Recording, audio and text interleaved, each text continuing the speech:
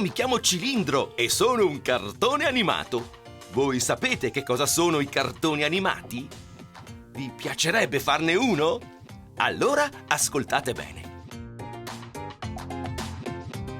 E lo conoscete?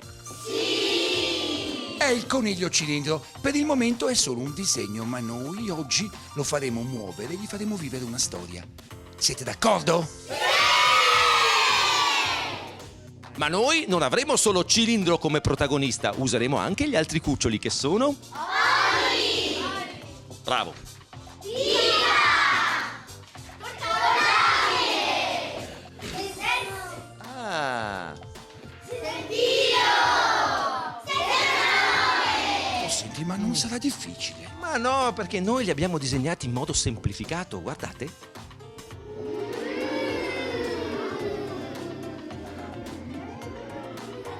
Mi è venuta un'idea. Ho chiesto ai bambini di disegnare le storie che ora vi racconto.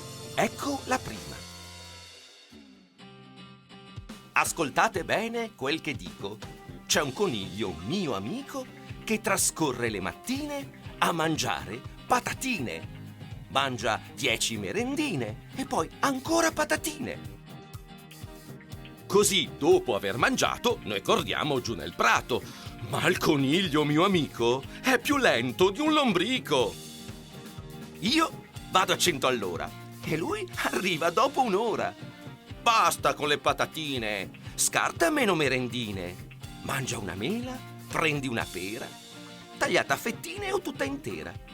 E se poi la pancia è vuota, sgranocchia anche una carota. E questa è la seconda. Se va in bus, è solo un bus. Se è alto, è un doppio bus. Ci sarà mai un triplo bus?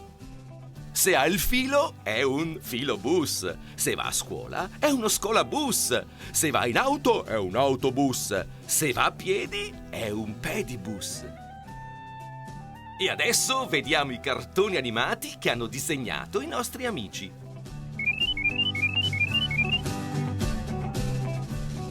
Ascoltate bene quel che dico.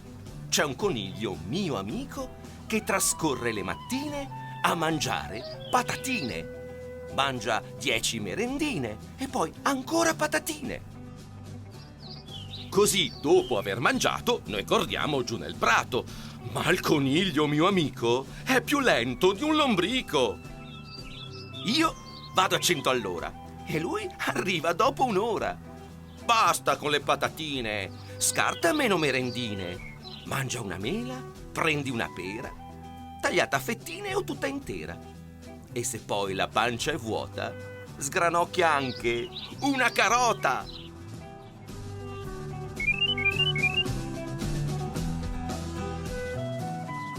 Se va in bus, è solo un bus. Se è alto, è un doppio bus. Ci sarà mai un triplo bus? Se ha il filo, è un filobus. Se va a scuola, è uno scolabus. Se va in auto, è un autobus. Se va a piedi, è un pedibus. Perché non provate anche voi a fare un cartone animato?